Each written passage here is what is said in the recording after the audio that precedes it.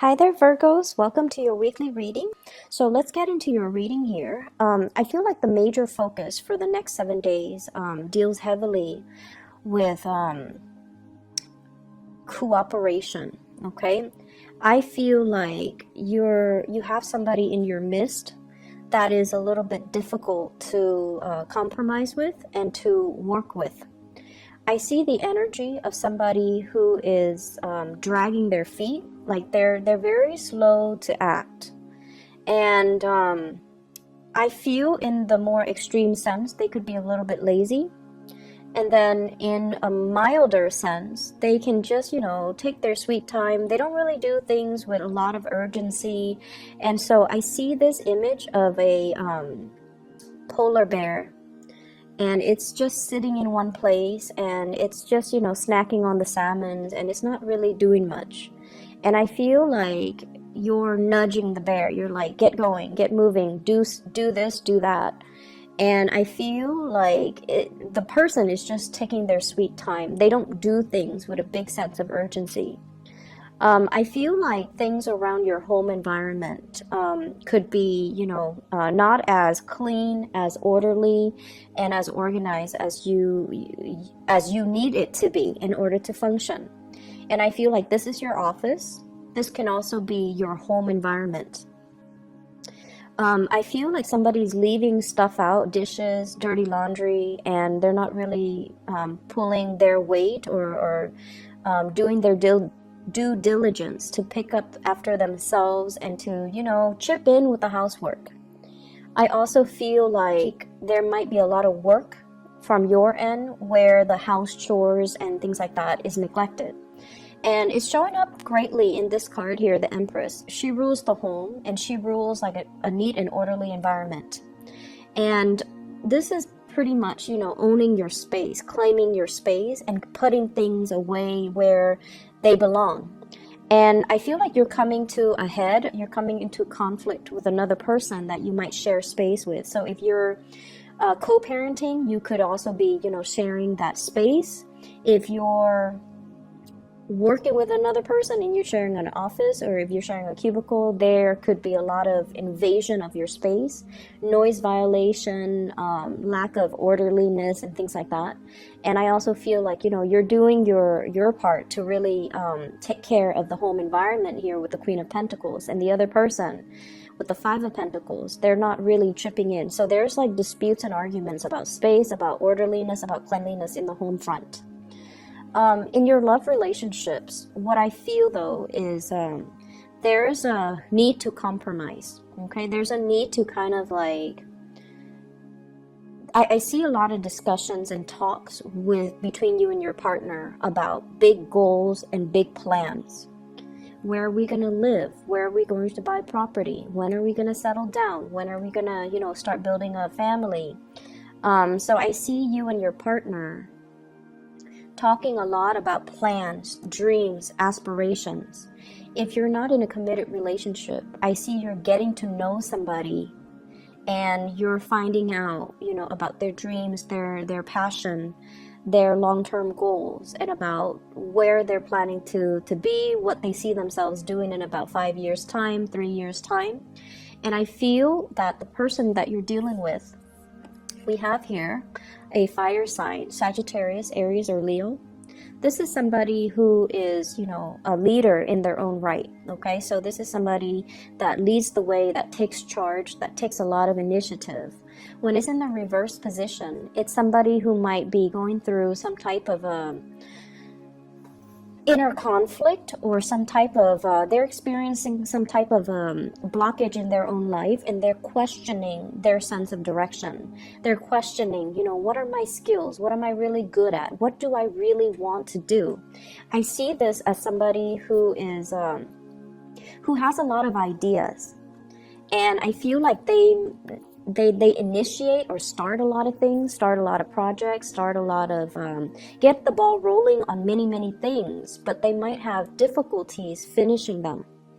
So you're dealing with someone who's a little bit scattered, and I feel like unless They take the time to really figure out their strengths, their weaknesses, their passions, and the things that they don't want to do. It's going to be really hard for this person to arrive at a sense of direction when it comes to overall plans and how you fit into their life goals and how you fit as a relationship partner into their life trajectories. And if this is a partner already, I feel like, they're having some type of like a mini crisis where they're still trying to figure out, things in their own lives. They're trying to wrap up one chapter of their lives. They're trying to finish up something. For some of you, this could be the partner dealing with school. For others, it could be they're trying to get out of a divorce, or they're trying to separate themselves from, a situation like an ex, or finalizing some type of a divorce or separation with their ex-partner. And then for others, it's like they're trying to get published, they're trying to get things moving in that direction, just so that they can have that clarity and that certainty in their lives so that they can begin anew. And so I feel like there are a lot of discussions about, how we kind of fit together in each other's future plans. So there's a lot of compromise, there's a lot of discussions, and there's a lot of emphasis on building. Compromise is the key word here. So I definitely feel you've got somebody that you really care about, you want to build with. They want to build with you. They see a lot of potential in you, and they're trying to make things work. For some of you, I also feel like attraction and flirtation in the work environment, and you're trying to keep things very professional, mainly because there are other people around. And I feel like you're being really smart about it because, work for you, you guys are like the workaholics of the zodiac. And so work is always going to be on the front burner for you. And even if you feel like the attraction with a coworker, with the supervisor, with the boss, you're going to keep things, professional either way. But I do see this element about you talking to somebody a lot about projects, a lot about work, a lot about dreams, aspirations in the work environment, what you want to do for the next 3 years, how you're planning to, I hear like professional development. So there are a lot of discussions about that between you and a crush in a work environment as well. I'm also seeing a lot of energies here about family, okay? Healing like family issues, letting go of resentment, and I want to say agreeing to disagree. So like, don't beat a dead horse. If you've had conflict with a family member, I feel for some of you, you could be like a parent, and this can be your children. Or you could be the child, and there might be conflict with the parents. I see one person constantly telling the other person what to do, just like somebody giving advice or telling the other person what to do unsolicited. And I feel like somebody patronizing another person and treating them like a child and not giving them the freedom to make their own mistakes, and trying to steer them in the direction that you want to go rather than in the direction that they want to go. So this can be you to a child or a parent to you. So I feel like a lot of that, there's like resentment. And I feel like when you meet up with this person, for the first 10 minutes, things can go really, really well. Hey, how are you? I've been thinking about you. What have you been up to? And then past that 15-minute mark, conflict starts to arise. They would say something and you feel like it's a criticism, or you feel like it's you feel like it's kind of like them digging at you. But I don't feel that it's meant to be that way. I feel like they're just very concerned. And so don't get too defensive. Hear what they have to say. And just envision yourself. A lot of the times when we deal with family members, we have too much history with each other. And so we know how to push each other's buttons. And then we automatically are always on the offense, on the defense with them because of the long history. And especially if it has been very contentious, if the relationship has been very problematic, and if there has been a lot of just resentment or misunderstandings, they can say something completely neutral. And it just comes out, with the tone or the attitude or the demeanor of some past situation that you've experienced with them that left a sour taste in your mouth. So it triggers feelings that might not be positive, but I feel like you want to give this person the benefit of the doubt, and you want to just, approach them with an open hand, that way, and an open heart and an open mind. That way you're not getting defensive or getting riled up over things that are over imagined slights. Okay, so I hope that makes sense. The Five of Wands, this is once again conflict, and it's a person against a tree. Different species communicate differently, and so I feel like there has been a lot of misunderstanding between you and a person, and I feel like the distance, you might live far away from them, so you don't see them on a regular basis, but when you see them, it starts out fine for the first few minutes, and then after that it just descends into chaos. And there's they're trying to make amends. They're trying to do like a peace offering. They're trying to reach out just to communicate with you, just to see what you're up to, because they do care, and they're not looking for a fight. The tree is backing down. Okay, so the person's not really looking for a fight, and so I feel that you should take what they say with a grain of salt, and let your guard down a little bit and don't be defensive. I feel like the distance between the two of you, and I also feel like this might be a family type of a contentious family relationship where you really, really care about each other. And the more you care, the harder it is to be objective, right? And so let your walls down, okay? She's got her mask on. She's listening to her intuition. She's got the sword in front of her, so she's kind of like got her walls up. And so the advice with this card is all about, listening to your higher self. Let go of the imagined slight, let go of the resentment, especially as it relates to, dealing with family members.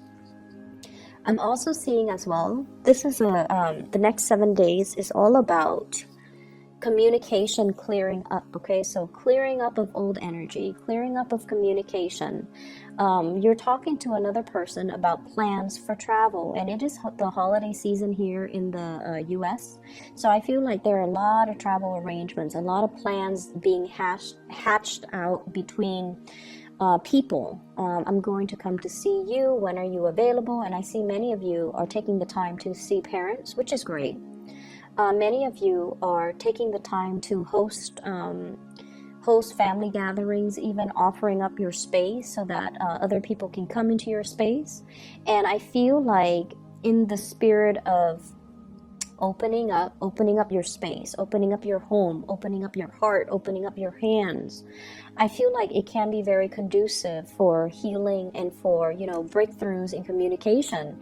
And especially if you're dealing with somebody that has been very, very difficult to read and difficult to reach, I feel that it's going to work itself out and it's going to be resolved very wonderfully.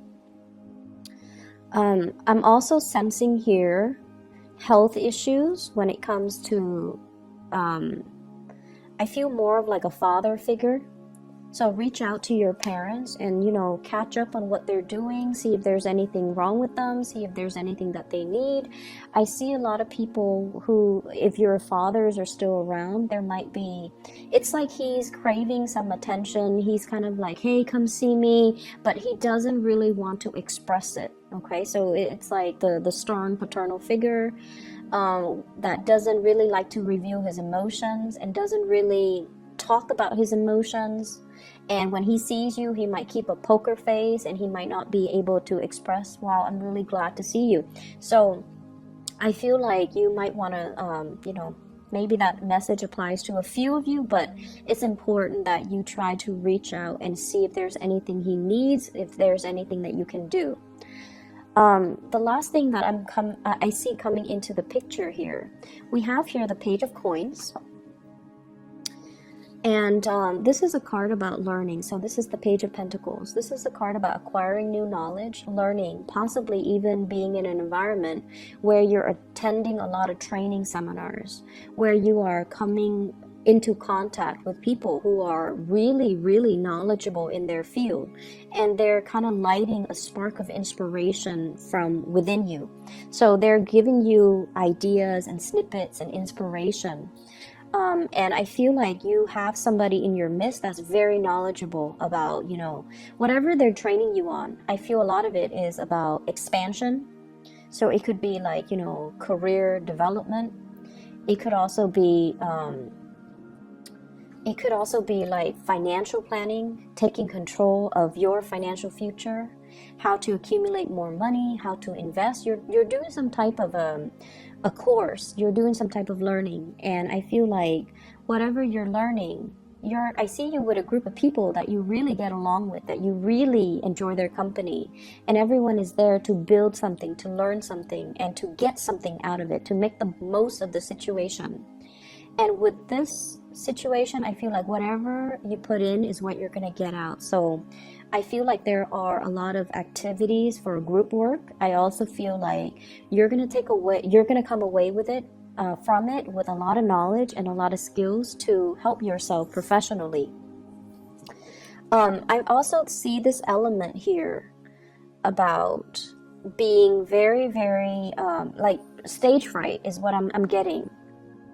Putting on a brave face, even though you might be experiencing stage fright or social anxiety, feeling like people around you have so much to offer and feeling like you might be lacking. This is a typical Virgoan trait, feeling like, you know, you're not good enough, feeling like you don't have enough to offer, feeling like your voice doesn't matter, and feeling like, I don't know, I don't want to say it, I don't want to ask that question. What if people think, you know, I'm being silly? What if people think I'm stupid?